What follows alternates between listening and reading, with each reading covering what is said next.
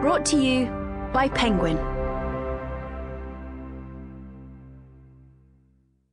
I Looked Away by Jane Corry, read by Rachel Bavidge.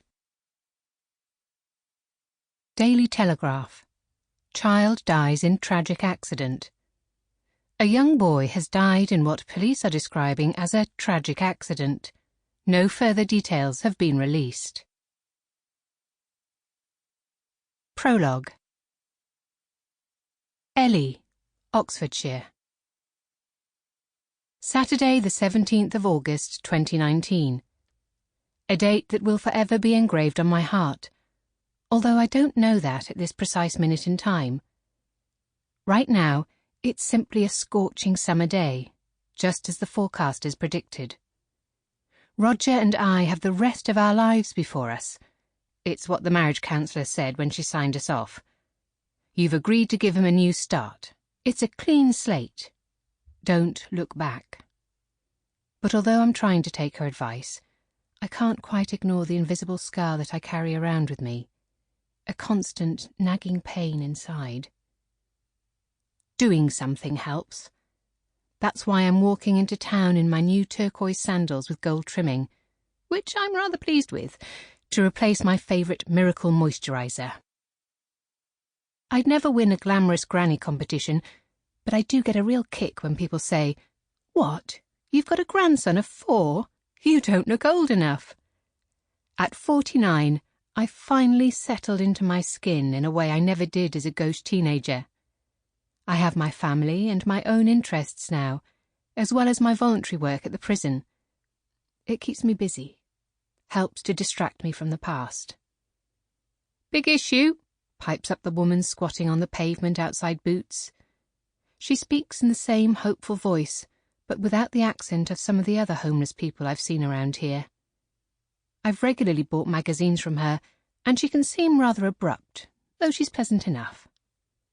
She arrived on our high street about 18 months ago in her purple hippie trousers, the type that balloon at the sides and then taper to the ankles, along with those silver and gold tattoo stars down her neck, a baggy navy blue wind cheater, plug earrings, shaved head, and a weather-worn face that could make her age anything from 40 upwards.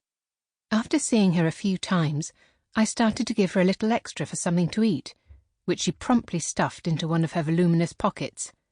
"Ta," she always said.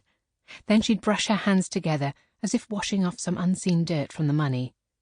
Another of her habits, I noticed, was to hum quietly, although it was hard to make out a proper tune.